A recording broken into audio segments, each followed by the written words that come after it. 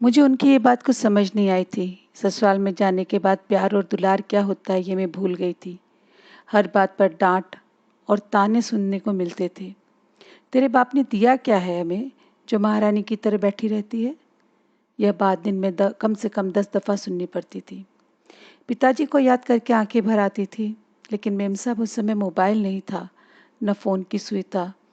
घर के कोने में बैठ अपनी सिसकियों को गले में घोंटने का प्रयत्न करती रहती थी, ताकि कोई मेरे पिता को कुछ न कहे। उन्होंने मुझे बहुत प्यार से पाला था। उनकी हर सांस की मैं कर्जदार थी। कुछ महीनों बाद मेरे पिता एक दिन मेरे घर आए। उनके आने की बात सुन मैं दौड़ी चली आई और उनसे लिपट गई। वे अपने साथ मेरी मनपसंद 2-3 चीज़ें भी लेकर आए थे। मेरा शरीर बुखार के कारण तवे सा तप रहा था। आंखें भी ठीक से खोल नहीं पा रही थी। पापा से लिपटते ही आंखों से गंगा जमुना बहने लगी। मैं उनसे लिपट कर रोती रही। जैसे ही उन्होंने मुझे छुआ तो वे बिखर गए। आंखों में आंसू भरकर बोले, अरे मेरी बेटी को तो तेज बुखार है, कोई दवा पानी भी किया या नहीं?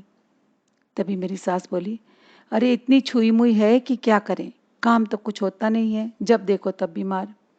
पापा का गला रूंध गया था। वे कुछ बोल ही नहीं पा रहे थे। अपने हाथ का सारा सामान नीचे रखकर वह जमीन पर बैठ गए। मेरा सर गोदी में रखकर सहलाने लगे। उनके हाथों का स्पर्श इतना सुखद था कि मैं उनसे लिपट सी गई। पापा मुझे यहाँ से ले चलो, मैं आपके साथ जाऊंगी। मेरे पापा तुरंत मेरी सास के सामने जा खड़े हुए। अपने दोनों हाथों को वे जोड़ कर बोले, 2-4 दिन के लिए इसे मेरे साथ भेज दो। जब ये ठीक हो जाएगी तो मैं खुद इसे वापस यहाँ छोड़ जाऊंगा। पिताजी लगातार मेरी सास के सामने गिड़गिड़ाते रहे, लेकिन उसने हाँ न की। तब मेरा आदमी उनके पास आया और बोला, आप जाओ, मैं 1-2 दिन में इसे लेकर आपके पास आता हूँ। पिताजी का चेहरा मुरझा गया। उन्होंने फिर भी गिड़गिड़ाना नहीं छोड़ा, लेकिन मेरे ससुराल वाले टस से मस ना हुए। मेम साहब मेरी सास बहुत लालची थी। उसे दहेज चाहिए था, बहुत सारा दहेज। वैसे मेरे पिताजी ने बहुत दिया था, फिर भी उसका पेट नहीं भरा था। मैं इकलौती ही थी। उनका जो भी था वो सब मेरा ही था, लेकिन बुढ़िया को सब्र न था। पिताजी अपने हाथ में जो कुछ भी था वो उसी दरवाजे पर छोड़कर चले गए। उन्होंने पलटकर भी ना देखा और मैं लगातार दूर तक उन्हें जाते देखती रही। मेरी सास ने उनका लाया सारा सामान बाहर फेंक दिया। दूसरे दिन सुबह मेरे पास खबर आई कि तुम्हारे पिता मरने को पड़े हैं, तुरंत गांव पहुंच जाओ। उस समय भी मेरी सास ने मुझे वहां से न जाने दिया। मैं लगातार रोती रही और उनकी कड़वी बातें सुनती रही। अरे इतनी जल्दी नहीं मरने वाला वो, सारे पैसे अपने साथ लिए बैठा है, इतनी जल्दी जान नहीं निकलने वाली उसकी। मेरा मन, मेरी आत्मा सब रो रहे थे।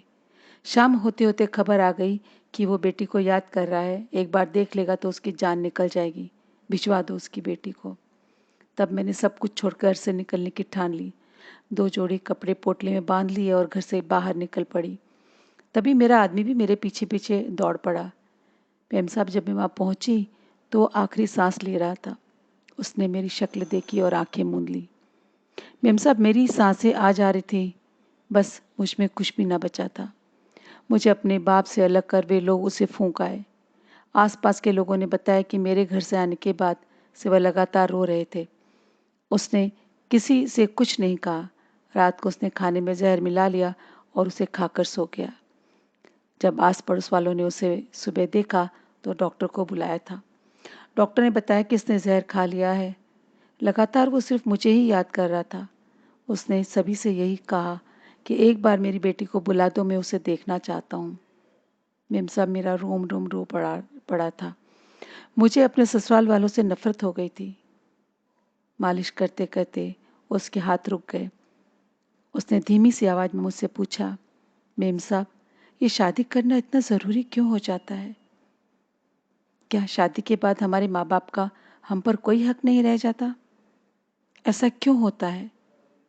उसकी आंखों से 2 गर्म आंसू मेरे कंधे पर आ गिरे।